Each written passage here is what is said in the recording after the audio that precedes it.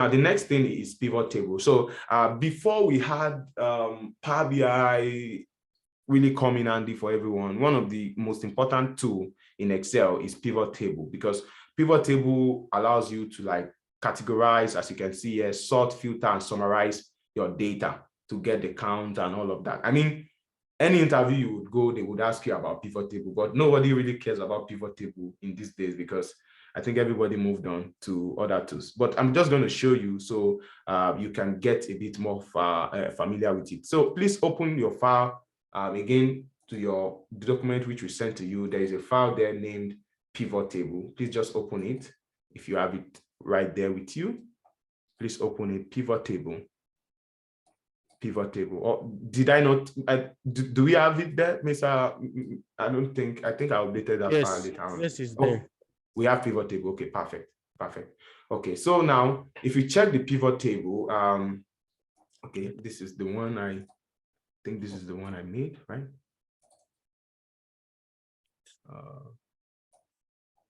So we have a copy of VLOOKUP there. Are you sure you had pivot table there? It's not there. It's not there. It's not there. Yeah, it's not there. I added it some minutes ago, actually, before the class started. So don't worry, guys. I will send it later. Just take a look at it, and I would send the file later. So now let's look at this, guys. I don't want you to get confused with this, so let me just copy this guy and move on here. So this is how like a typical data set in a business looks like. So don't feel this is like a play thing. I mean, this is how things look like. So let's assume we have this table, we have auditors. So these are their names, shoulder key and all of that. And then we have like their property ID, and then we have like their status. So what's really going on here is that we have the data, we have the auditors and all of this information. So we can like summarize this. I mean, we can make it more meaningful for us to consume, by summarizing and doing all of that. And one of the ways you can do that here is the pivot table, which we are talking about. So let's say, for instance, I want to know how many properties that Mr. Ajayi Sholanki has, for instance. So instead of me to start counting 1, 2, 3, 4, I mean, it's really not convenient, and you can even make mistake. Of course, you can also use functions, which probably I would mention, but let us just focus on pivot table. So let's use pivot table to check them. So now to create a pivot table, it's very simple. So once you just click on anywhere on the data, just go to insert.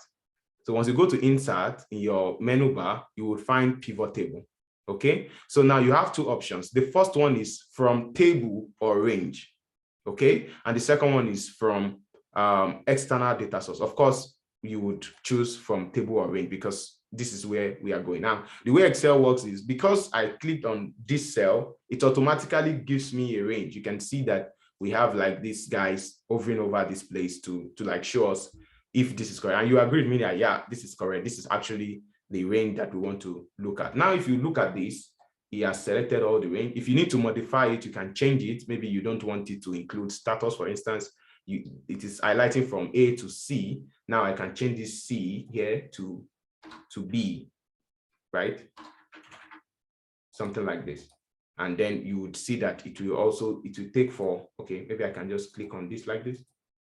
Or just click on this.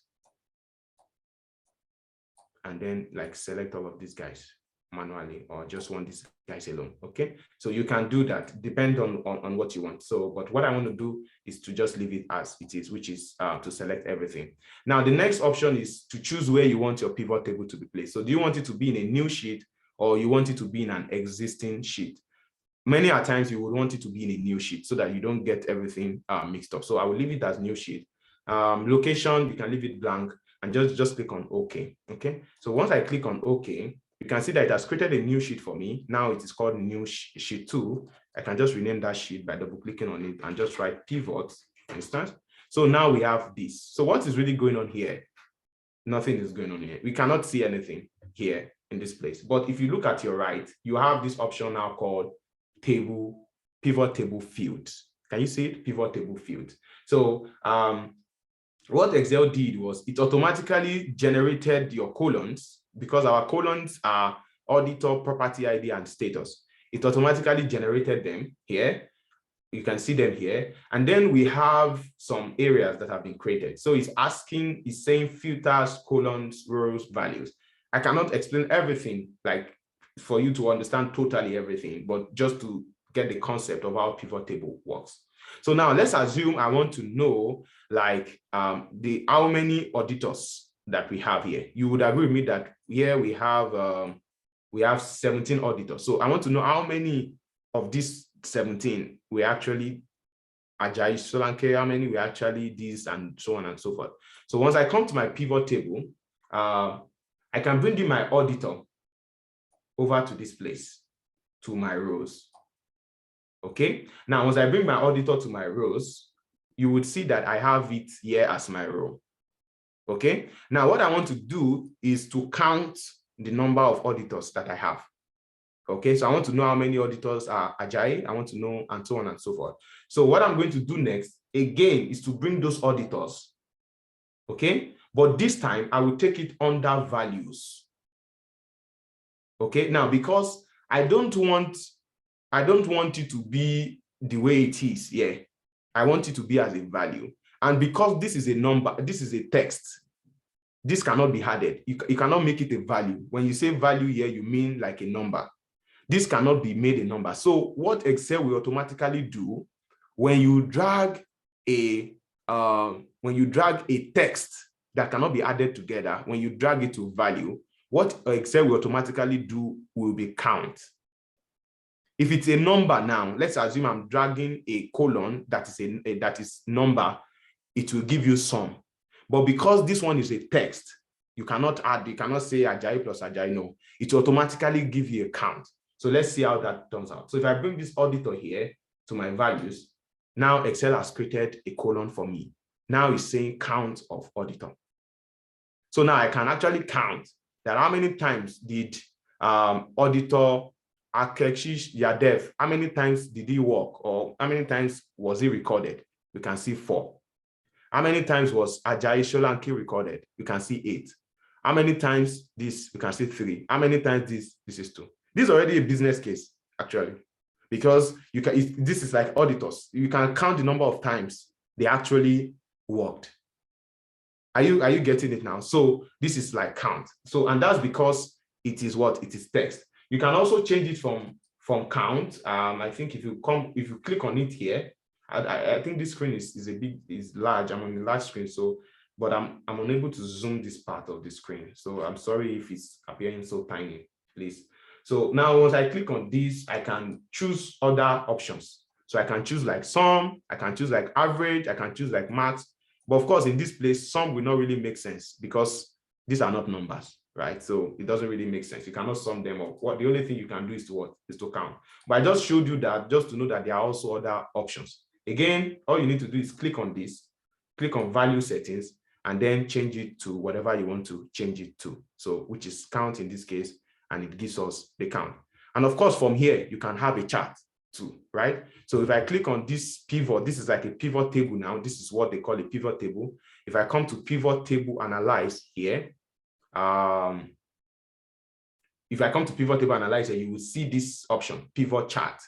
So because I'm creating, I want it to be connected to this. So I'm using a pivot chart. So once I use a pivot chart, the same thing that we had earlier with chart, you can create any chart you want. So let me just pick this one that is recommending, and then you can see that you have exactly the same thing.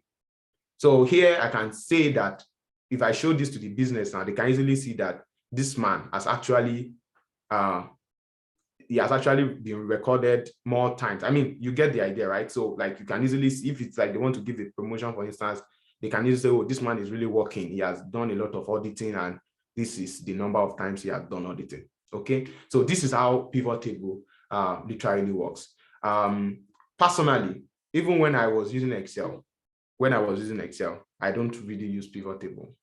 The reason is because pivot table gives some kind of limitation with your I think I posted a couple of some of my work that I did with what's it called, this thing on LinkedIn.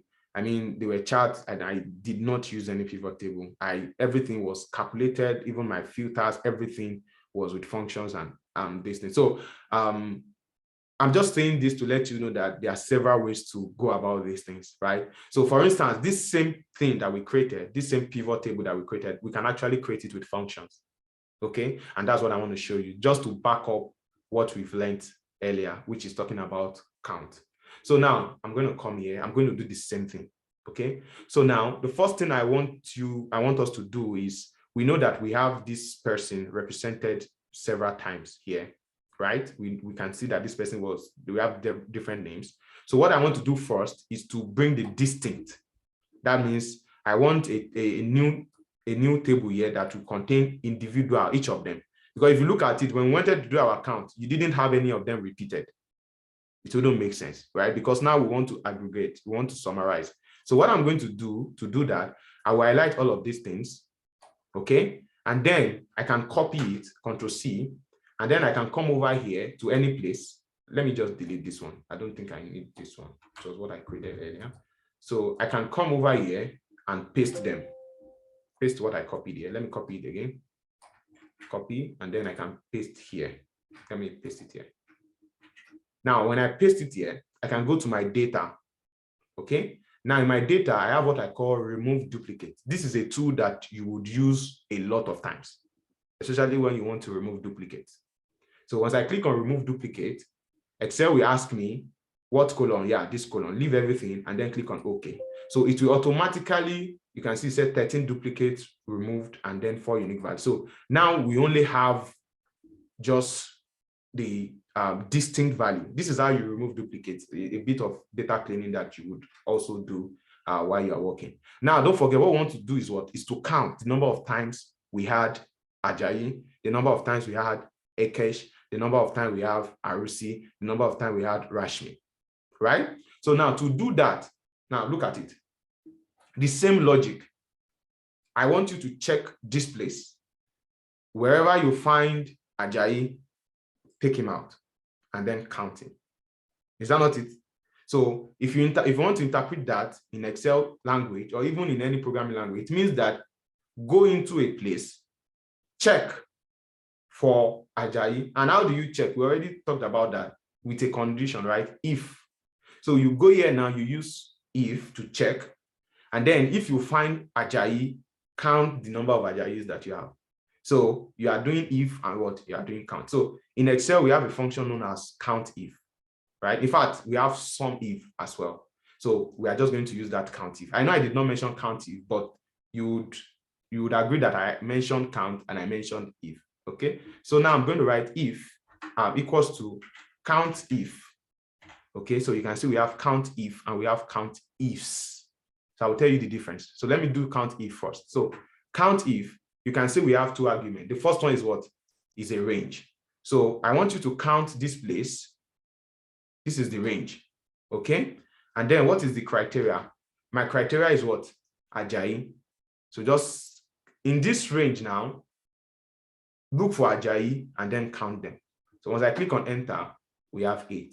How many was our Ajayi in our pivot table? 8. Can you see? So the same result. So if I want to do for others, by now you should know how we go about this. So I'm just going to click on this, bring it down. Now, I don't expect it to be correct. I will tell you why. This will take us to another thing that we've not talked about today. Now, if I click on it down, you will see that Ekesh Yadev here is 4. But actually, our Ekesh Yadesh should be, okay, it's also 4. But our Rashmi is 2. Why is it correct? I don't expect it to be correct, though. Hey, let me see. Okay, I don't expect it to be correct, but I know why it is correct. Okay, but let me show you what I wanted to show you. Now, if I click on this, you will see that my range is selected here. Can you see? From here to here. Can you see? Which is A2 to A18. Now, if I go to this one, you will see that my range has shifted. Now, it's even including this one. Can you see? If I go to this one as well, you will see that my range keeps shifting. So that's a problem that is common with Excel formula and referencing. So in Excel, we have what we call referencing. I want to explain something really important. Please pay attention.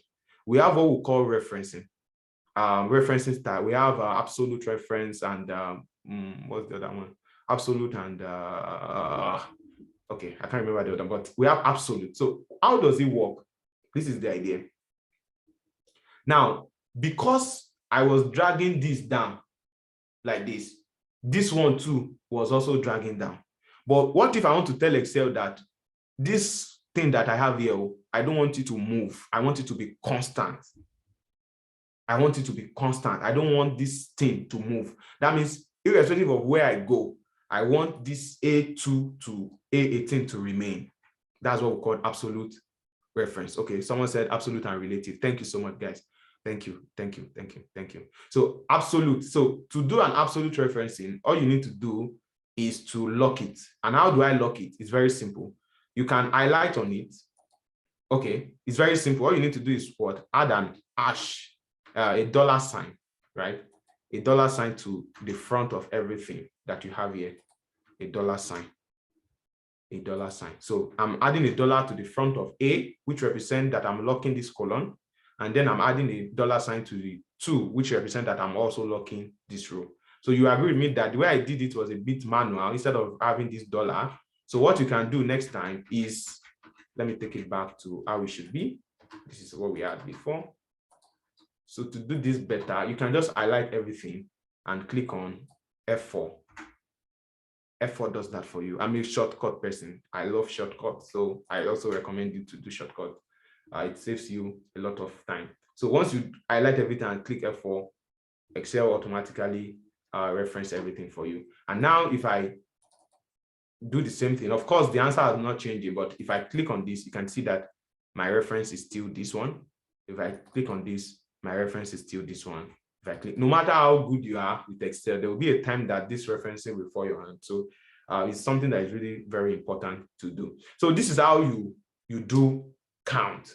This is how you do count ifs. This is how all of these things come together. You can do this with pivot table. You can do this with a chart. The same thing you can do for correct. So how many times, maybe for instance, in the business case, you want to count how many times were our status correct, how many times were our status incorrect. The same thing you can do. You can either use a pivot table here. If you come over to your pivot table here, let me drag this chart a bit here. And here I come here. I can bring in, I can like copy this pivot table so that I can create another one actually. So I can take off this auditor here. Now everything is blank. Now I can bring in status because it is status we are looking at. So if I bring in status again to my row, I have the 2 types of status, which is correct and incorrect. And then I can bring in status again to my values. Because I am bringing into values, it is not a number. So Excel will automatically give me as what? As a count. So there you can count that the number of status is what? 14 and it's also what? It's also 3. If you do the same thing with count ifs for this one, just the way we did this, you would also get the same thing. Okay, so that's literally how it works in a business sense. Let me tell you one thing about analysis. Analysis is not hard because more often than not, what you'll be doing is just your categorical variable and your numeric variable. That's what they do all the time. See, 80% of the time. The hard things in analysis is one of the hard things in analysis is I think data preparation, data transformation, and you might not really have a lot of problem if you really know your requirements. One of the mistakes people do, especially people who are starting and like they jump on data set, is that you want to make sense out of everything. It's a lie. You cannot make sense out of everything. In a business setting, they have a requirement. So you can trash other things. The most important things should be treated. So, okay, I don't want to talk too much on that. Maybe when we see the final data, you would get what I'm saying. So it's always about counting, it's always about summing, literally, it's always about a categorical variable and a numeric variable. What do I mean by that? You have a category, how many people are male, how many people are female, how much did the male make, how much did the female make, how much did you make in each of the stores. I mean, it's always like that. It's always about a category and a numeric variable. So it's always about counting, it's always about summing, literally, I mean, in most cases. So these are really good concepts that you really need to like know. So I don't want to, we talked about changing summing calculation. That's what we saw earlier with what's it called? with changing the calculation from count to sum and all of that. So one thing I want to show you again that is really handy for me. Okay, maybe I'll show you in the final one. Let me just go to the last thing